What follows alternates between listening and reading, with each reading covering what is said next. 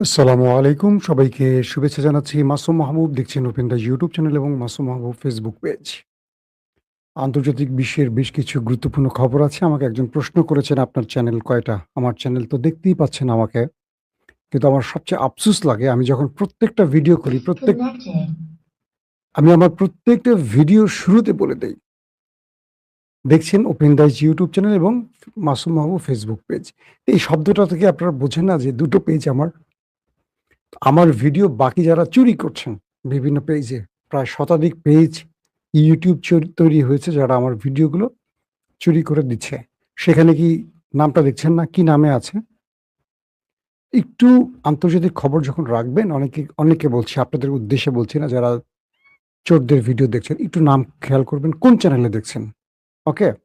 আর আমাদের আরেকটি documentation channel আছে ওপেন ভিউ টিভি। এটাও কিন্তু আমাদের, সেখানে আমরা আ ডকুমেন্টারি গুলো আন্তর্জাতিক মানের ডকুমেন্টারি গুলো দেখানোর চেষ্টা করি। চলেন আমরা মূল খবরে চলে যাচ্ছি। আজকে আর এই বিষয়ে আলোচনা করতে চাই না। আপনাদের শুধু জাস্ট অবগত করলাম। প্রিয় দর্শক, আজকের মূল শিরোনাম, ইরান নিউক্লিয়ার বানাচ্ছে না বানিয়ে ফেলেছে? তার দুটো তথ্য এসছে নতুন করে। ১, হঠাৎ করে ইন্টারন্যাশনাল অ্যাটমি এনার্জি যিনি চিফ, অর্থাৎ IAEA এর প্রধান রাফায়েল গ্রোসি ইরানে ঢুকতে চাচ্ছেন। ইরান তাকে বলছে, "আসো তুমি। তোমাকে ঢোকাবো।" কোন দিক দিয়ে ঢোকাবো বুঝতে পারছেন তো? হঠাৎ করে এই রাফায়েল গ্রোসি কেন ইরানে ঢুকতে চাচ্ছেন? আমেরিকা ইসরায়েলের খেলাটা কি? ২ নম্বর খবর, চীন পাকিস্তানের হাতে 5th প্রজন্মের যুদ্ধ বিমান দিতে যাচ্ছে। যে খবরে ভারতের ঘুম হারাম হয়ে গেছে। চীন কি খেলাটা খেলতে চায় বাংলাদেশ এবং পাকিস্তানকে নিয়ে? এই দুটো প্রসঙ্গে আজকে ডিটেইল আলোচনা দেব আপনাদের। শুনতে এবং দেখতে পাচ্ছেন আশা করি, না?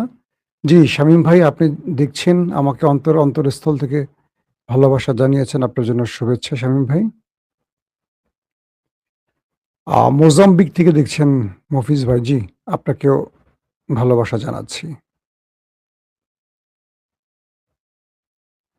তো এখন এই মুহূর্তে দুটো প্রসঙ্গ আমাদের সামনে আসছে। ১, ইরানের ভেতরে যে পরমাণু বিজ্ঞানীরা একের পর এক অর্থাৎ ধারাবাহিক মারা গেলেন, ইরান কাকে সবচেয়ে বেশি সন্দেহ করছে?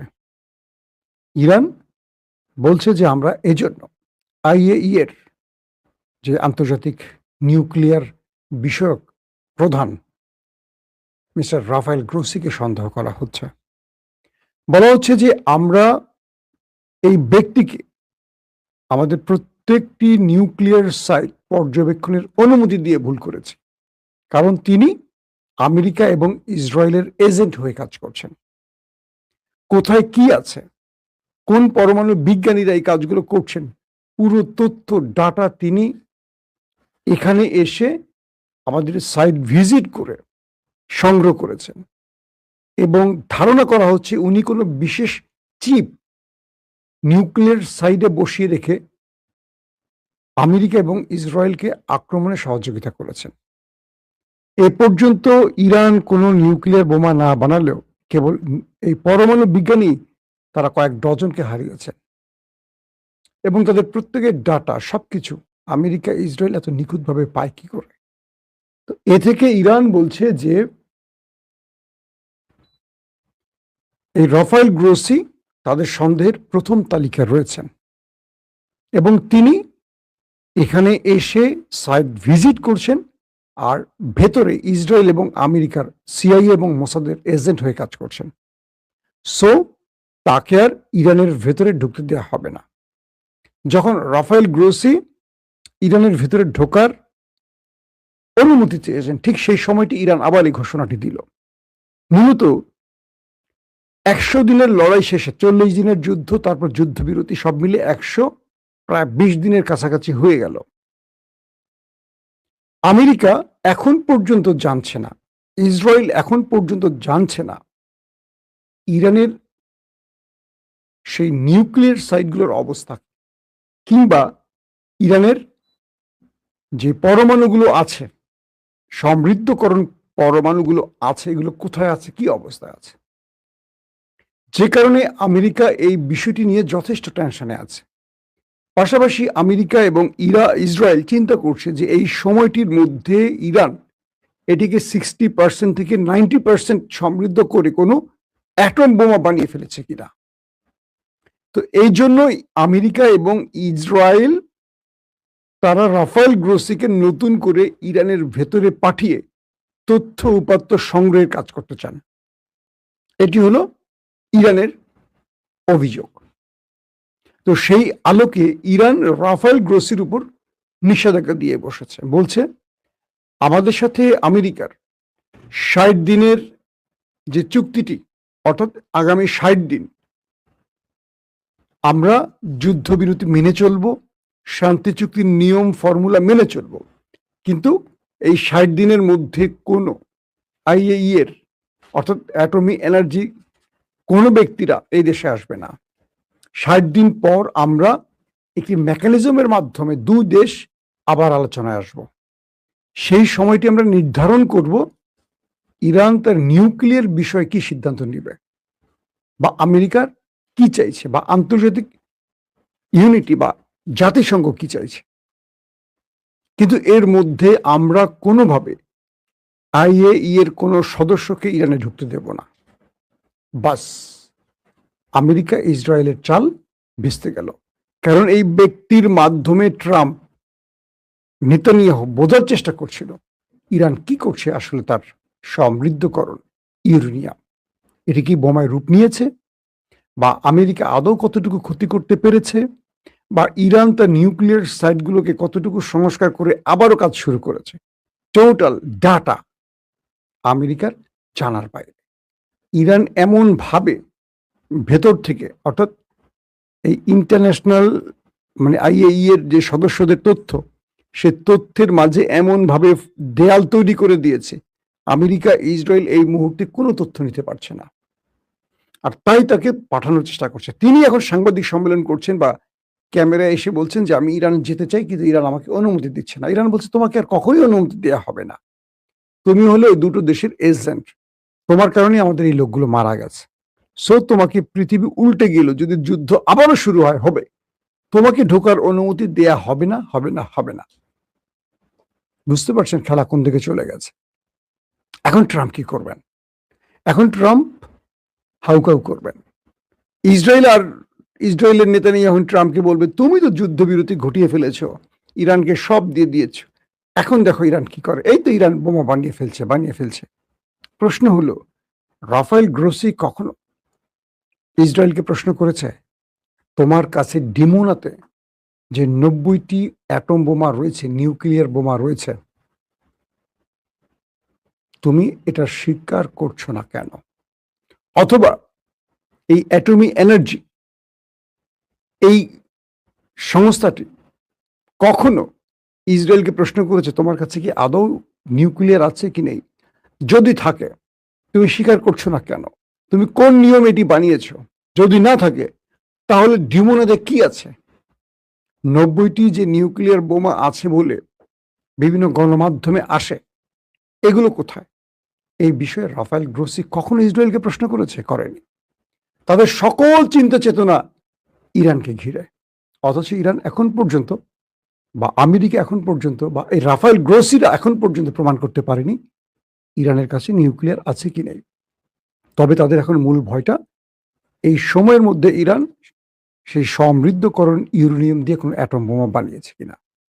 তার মানে আমেরিকা এবং ইসরায়েলকে তাদের চালে ভেস্তে দিয়েছে। এখন ইরান তাদেরকে আর ঢুকতে দেবে না। আজকের আরেকটা গুরুত্বপূর্ণ খবর আপনারা হয়তো পেয়েছেন, আমার চ্যানেলে আমি বিকেল 6:30 দিয়েছি। ইরান এবং আমেরিকার মধ্যে আবার লড়াই হয়েছে। যারা দেখেননি 6:30 ভিডিওটা একবার দেখে নেবেন।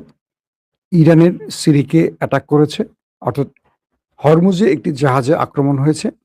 আমেরিকার দাবি এটি ইরান ড্রোন অ্যাটাক করেছে। এর পরপরই ইরানের সিরিকে তাদের রাডার সিস্টেম এবং কয়েকটি ড্রোন ইনস্টলেশনে অ্যাটাক করেছে আমেরিকার যুদ্ধবিমান এবং ড্রোন। সঙ্গে সঙ্গে আমেরিকা আবার মধ্যপ্রাচ্যে থাকা মার্কিন ঘাঁটিগুলোকে লক্ষ্য করে সিরিজ মিসাইল এবং ড্রোন অ্যাটাক চালিয়েছে। তার মানে যুদ্ধবিরতি শান্তি চুক্তি হওয়ার পরও দুই দেশ একে অপরের উপর টার্গেট করে হিট করেছে। পরবর্তী কাতারের মধ্যস্থতায় আপাতত থেমে গেছে খেলা। খেলা আবার শুরু হতে পারে যে কোনো সময়। এটা পুরো ডিটেল খবরটা পাবেন 6:30টার খবরে। আসেন এবার দুর্দান্ত একটি খবরে।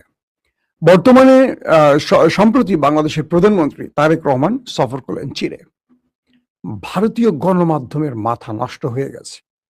আমার পার্সোনালি পরিচিত প্রায় খুব বড় মাপের সাংবাদিক, এনডিটিভির সহ আরো কয়েকটা ইংলিশ গণমাধ্যম এবং এনডিটিভির আমার খুব বন্ধুরা যারা আমরা একসাথে লন্ডনে কাজ করেছি, আমাকে নক দিয়েছিল কিছু তথ্য জানার জন্য যে তারেক রহমান চীন সফর করছেন, তার আসলে মূল উদ্দেশ্য কি। তার মানে ভারতের খুব জানতে চাওয়া।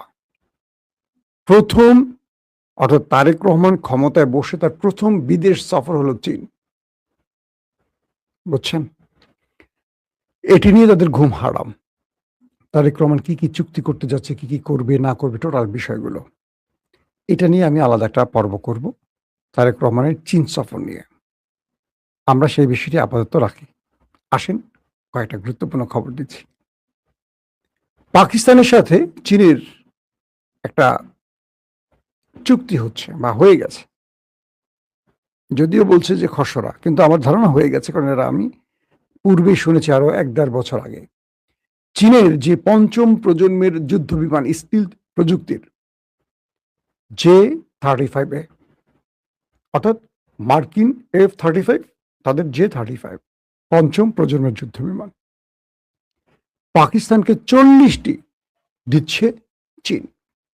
বলা হচ্ছে 2027 মানে আগামী বছর থেকে 2030-35 পর্যন্ত ধারাবাহিক এই পঞ্চম প্রজন্মের যুদ্ধ বিমানগুলো পাকিস্তানকে হস্তান্তর করা হবে।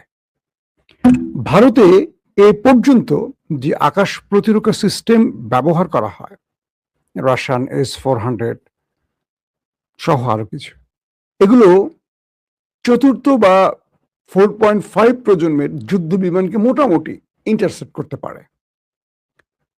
ভারতের কাছে এখনো 5th প্রজন্মের যুদ্ধ বিমান মোকাবেলার প্রতিরক্ষা ব্যবস্থা খুব একটা নেই বলা হয়।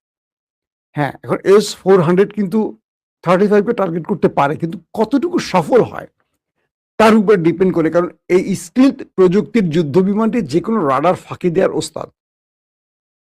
এরই মধ্যে ইরানে যখন ঢুকেছিল F-35 মার্কিন যুদ্ধ বিমান এই স্টিলথ প্রযুক্তির, এটিকে তারা করেছে, দুটাকে বাধ্যতামূলক অবতরণ করিয়েছে, একটাকে ধ্বংস করেছে, ইরান দাবিও করেছে।